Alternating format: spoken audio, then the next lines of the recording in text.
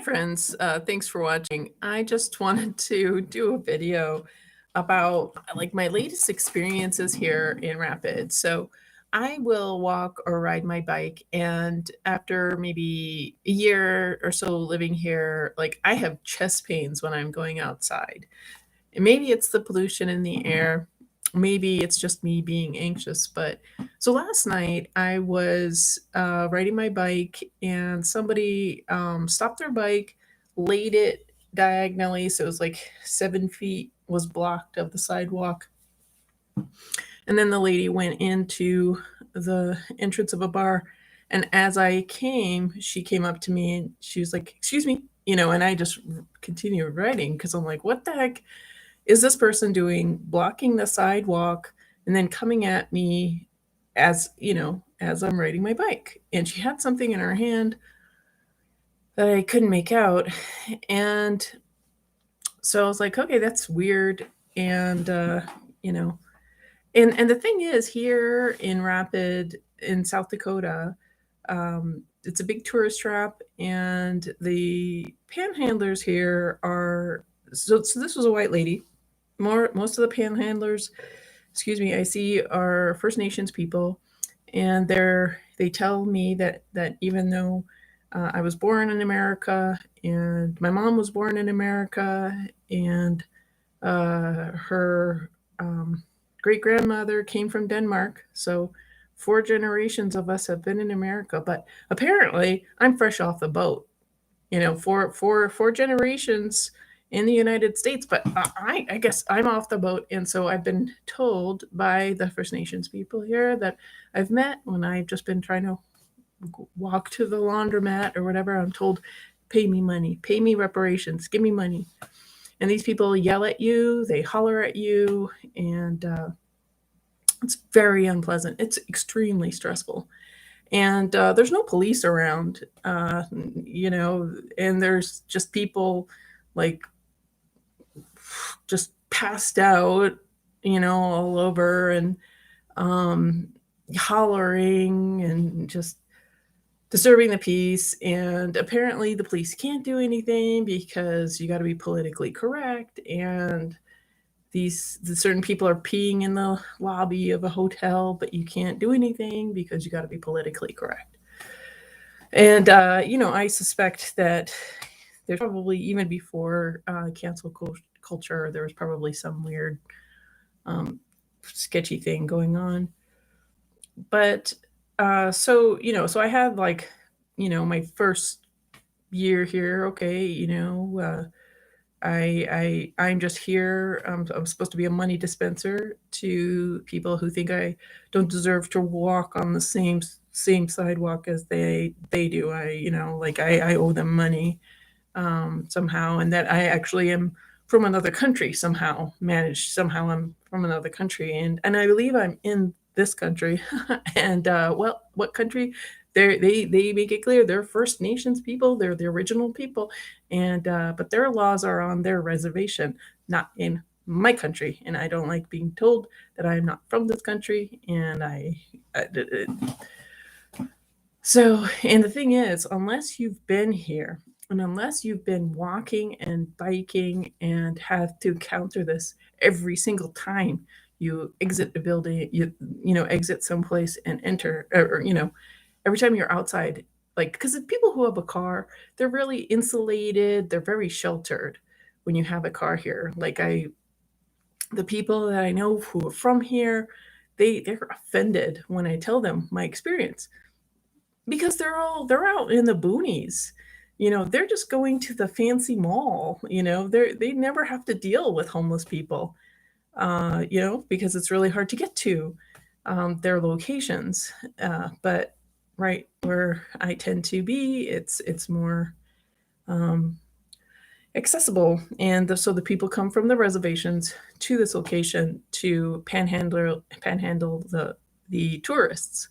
And tourists, please stop giving these people money, because they're really entitled and aggressive, and they're not using it for good things. And it's just it is no tribute to this culture that's been romanticized. Please, if you think that culture is like the epitome of humanity, come and spend most of your time in downtown Rapid. Your illusions will be um, clarified. But anyway, so yesterday that white lady did this kind of weird soft sabotage. And then today again, so I'm like going through the park, and another white lady, I don't know if it's the same one or whatever, but she tries getting in my face as I'm like riding my bike. She's like, "Hey, you know," I mean, I don't know. It is the full moon, so maybe the full moon's making people behave a little weird. And then when I was coming back through the park again, so this was these really discombobulated native people. So there was a crowd there, and the lady was just sitting there like just passed out, or something.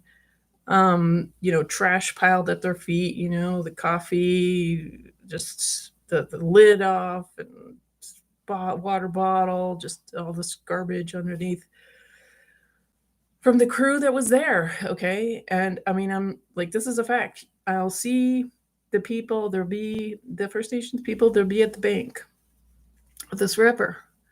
And then you see after they left, and there's this trash, all this trash there. And they probably picked up, but like that's what I have observed, and I was a kid growing up in the 70s, and you saw the movie, the tear, the guy crying because white people leave trash everywhere.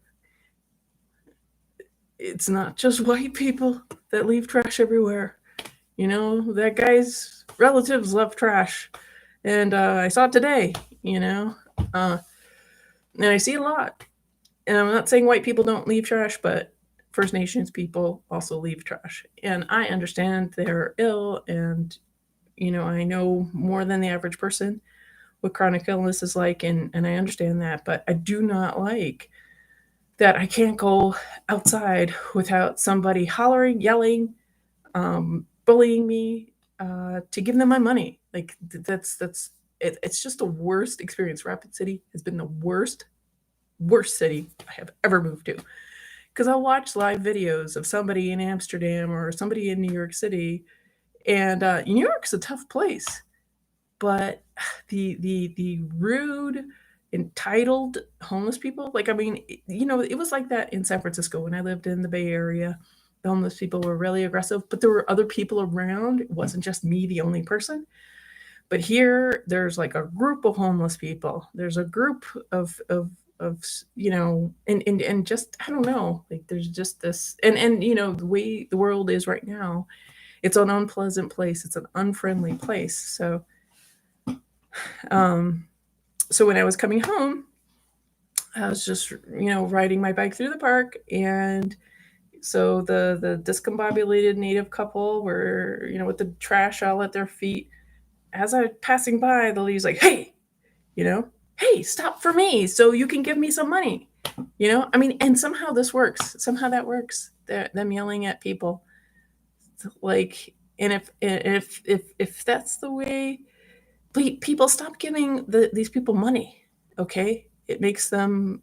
I mean, they're just like this nuisance, and the police won't do anything unless somebody's been, you know, like, I don't even know.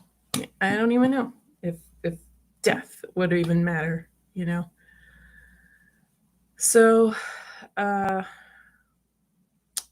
anyway, are you in a city, and do you feel safe being out in a city? Can you be alone? And, if can a single woman be alone out in your city? Because it's just a nightmare being here. It is so, I'm just in this panic attack. And it certainly doesn't help that they have all this 5G installation going on. There's like tons of 5G here for such a little out of the way city. There's a lot of that 5G cell tower action. So, anyways, just wanted to just say, Rapid is just not. And the thing that I don't get is like, um, we're in a tourist area, and there's just like no protection for tourists. It's like so irresponsible. Like so I asked the police today. I'm like, is that normal for somebody to put their bike so it blocks the sidewalk and then try to get you from the, so they block this side and so they try to get you from the other side? Like, is that something that happens a lot? And they were like, that was unusual. And they said, well, after something happens, call us. So after you're mugged, call them, and so they'll just take a report and do nothing. What I grew up with is that the police should be out and about.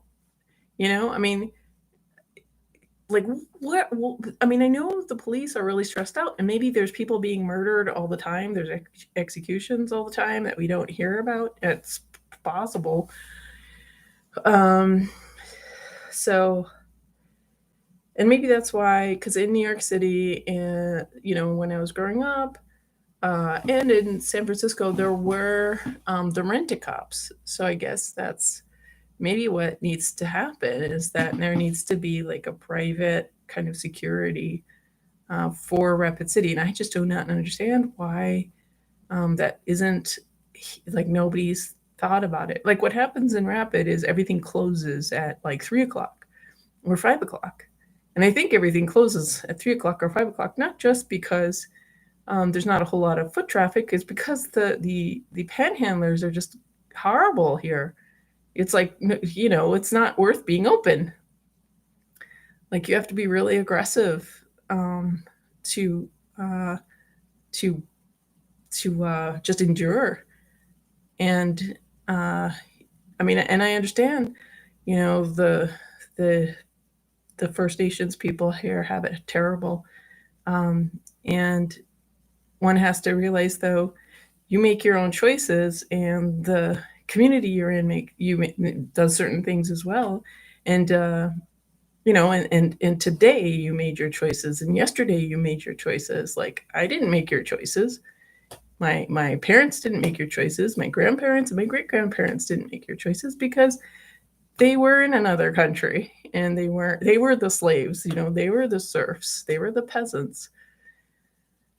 And yeah, so anyways, just giving you a heads up, if you're planning to visit downtown Rapid City, don't be out there after night. And I think, like, um, I'm thinking that the people at the front desk of the Alex Johnson Hotel and whatever, they must tell the people to not go out past a certain time, because I see, like, during the day or whatever, I'll see families or elderly couples, and I'm like, you guys are not safe to be. I mean, like, even during the day, because the panhandlers are really aggressive and obnoxious during the day here as well. But things are just getting a little, like, it's October 21st today, and yesterday October 20th. So yesterday, things were weirdly aggressive. Yesterday and today. So yeah, just thinking about it and wanting to share. Thank you for listening.